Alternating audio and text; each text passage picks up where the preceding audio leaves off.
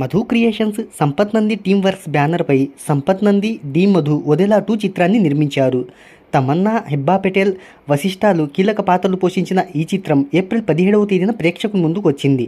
ఈ movie budget ఎంత, break even target ఎంత, వసూలు చేసిన కలెక్షన్లు ఎంత, ఈ సినిమాకు లాభమా నష్టమా అనే వివరాల్లోకి వెళ్ళబోయే ముందు ఒక చిన్న రిక్వెస్ట్, మన ఛానల్లోని వీడియోస్ చూసి నచ్చితే సబ్స్క్రైబ్ చేసి లైక్ కొట్టి షేర్ చేయండి.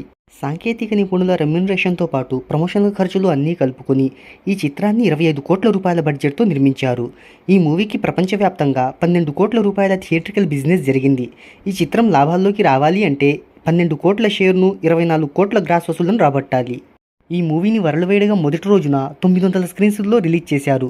ఇక రిలీజ్ అయిన తొలి రోజున ఈ చిత్రం 87 లక్షల నెట్ ఓపెనింగ్స్ని అందుకోగా, రెండవ రోజు 77 లక్షలు, మూడవ రోజు 68 లక్షలు, నాలుగవ రోజు 80 లక్షలు, ఐదవ రోజు 47 లక్షలు, ఆరవ రోజు 42 లక్షలు, ఏడవ రోజు 45 లక్షలు, ఎనిమిదవ రోజు 35 లక్షల నెట్ను అందుకుంది.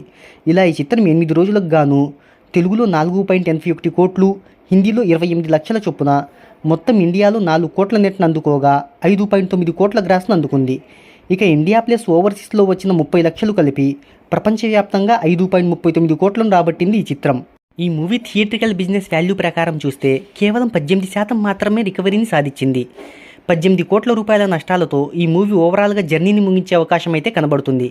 మరి ఈ మూవీ గురించి మీరేమనుకుంటున్నారో కింద కామెంట్లో తెలియజేయండి.